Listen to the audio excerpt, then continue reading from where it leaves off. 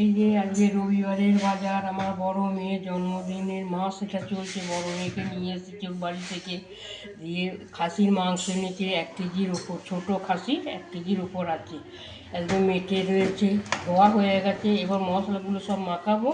আর দেখুন মেটে আছে 4 পিস মতো মেটেও দিয়েছে। ঠিক আছে, পরে দেখাচ্ছি আবার। আর টমেটো কাটা আছে, ধোয়া কাটা আছে, এখানে ঘরে পাতা টক দই আছে, কাঁচা লঙ্কা পেস্ট করা আছে, আদা জিরে পেস্ট করা আছে, আর এখানে পেঁয়াজ রসুন দিয়ে এটাকে পেস্ট করে রেখে দিয়েছি। এবার এইগুলো দিয়ে সব মাখাবো।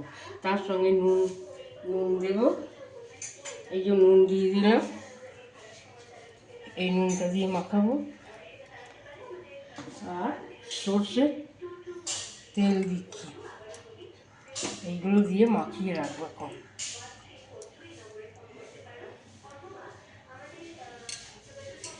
হলুদও দিয়ে দিলাম,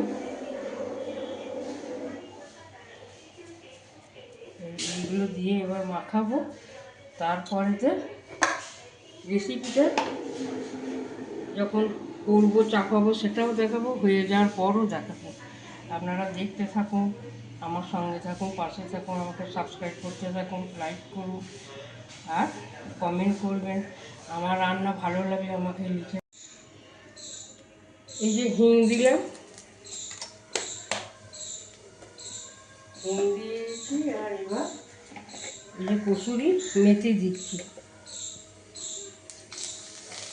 কসুরি মেথি দিলাম,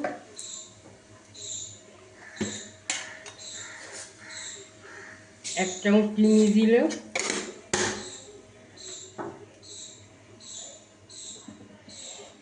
এতে সর্ষে গুঁড়ো আছে আর গোলমরিচের গুঁড়োটা আমি দিয়েছি, তখন আমার মিক্স করা হয় না বলে দেখাতে পারি না। এবার এর সঙ্গে দিয়ে এবার এই তেলেতে ছেড়ে দিচ্ছি, আর টমেটোটা তো দিয়েছি।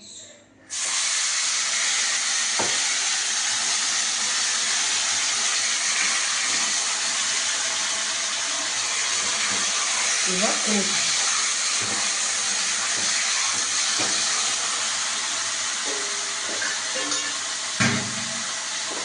এখানে আমার আলুগুলো আগে ভেজে রেখে দিই।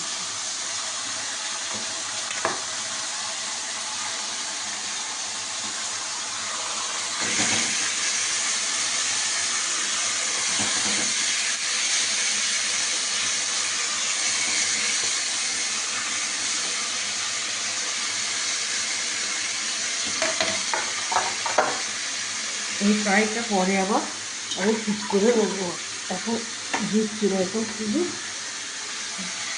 কষবো।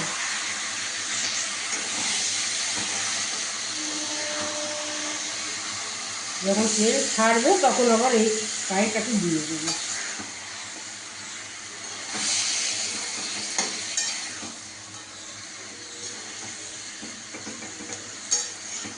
তেল ছাড়লে আলুগুলোও দিয়ে দেবো, তখন দিয়ে একসঙ্গে কষে নেবো। প্রেসার কুকার নামানো হয়ে গেছে,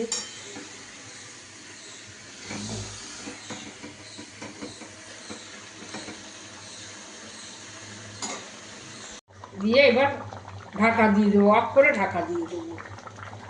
আর একটু ওই কাশ্মীরি লঙ্কা, কাশ্মীরি চিকেন মশলা দিয়ে দেবো,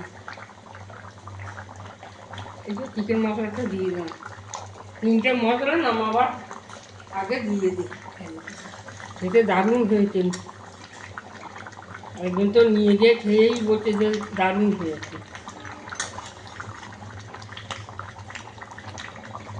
এখনো ফুটছে, যে মেটে সিদ্ধ হয়েছে ভালো, এবং সিদ্ধ হয়ে গেছে, কি সুন্দর ছেড়ে যাচ্ছে, হাত থেকে ছেড়ে যাচ্ছে। আমার রান্না এরকমই হয়, হাত থেকে ছেড়ে যাবে মাংস। এবার আমি গ্যাসটাকে অফ করে দিলাম, এখনও ফুটছে। আপনারা এরকম করবেন, খাবেন, আর আমাকে লাইক করবেন।